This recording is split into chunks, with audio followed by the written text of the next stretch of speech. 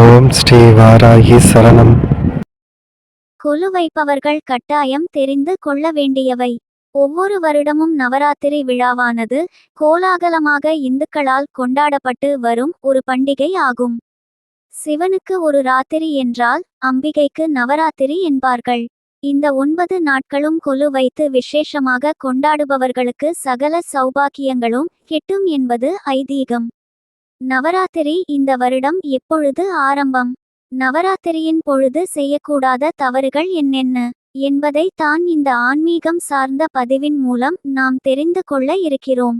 2024ஆம் ஆண்டு அக்டோபர் 3ஆம் தேதி ஆரம்பமாகும் நவராத்திரி அக்டோபர் 12ஆம் தேதி வரை கொண்டாடப்படுகிறது.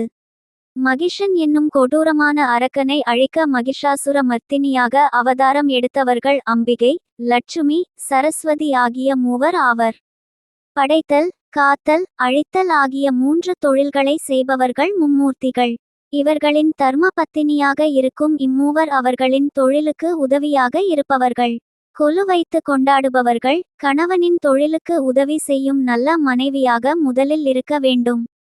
அரக்கனை அழிக்க கொண்டாடப்படும் இந்த நவராத்திரி விழாவில் கலந்து கொள்பவர்கள் இல்லத்தில் இருக்கும் அரக்கன் போன்ற பிரச்சனைகள் அனைத்தும் அகன்று சுபிட்சமான நல்ல சந்தோஷமான வாழ்க்கை அமையும் என்பது ஐதீகம்.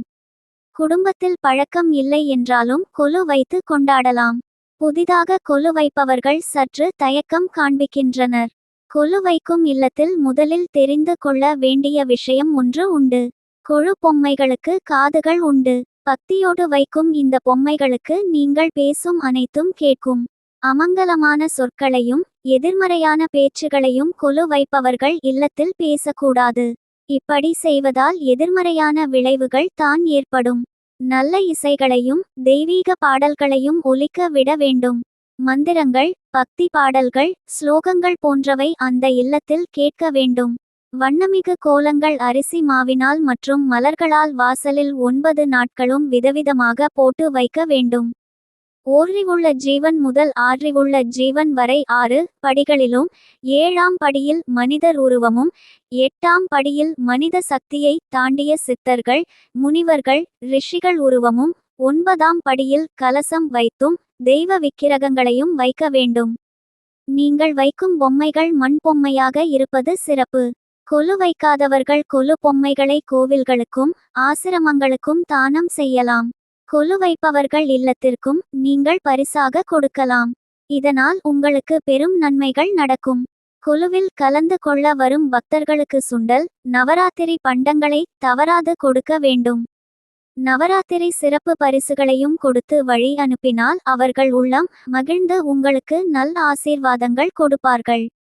முதல் 3 நாட்கள் அம்பிகையையும் அடுத்த 3 நாட்கள் லட்சுமியையும் கடைசி 3 நாட்கள் சரஸ்வதி தேவியையும் பிரதானமாக வைத்து வழிபட வேண்டும். அந்தந்த தெய்வங்களுக்கு உரிய பூக்கள், பிரசாதங்கள், கோலங்கள் போன்றவற்றை தேர்ந்தெடுத்து செய்து மகிழுங்கள். 9 நாட்களிலும் குடும்பத்தில் மகிழ்ச்சியும் சந்தோஷமும் ஒற்றுமையும் இருக்க வேண்டும். சண்டைகள் போடக்கூடாது. நேர்மறையான சிந்தனைகளோடு கொலு வைத்து பூஜிப்பவர்களுக்கு நிச்சயம் வாழ்வில் கிடைக்க வேண்டிய அத்தனையும் இந்த நவராத்திரியின் முடிவில் கிடைக்கும் என்பது ஐதீகம். இது போன்ற பயனுள்ள ஆன்மீக தகவல்களை கேட்க நமது சேனலை சப்ஸ்கிரைப் செய்து கொள்ளுங்கள்.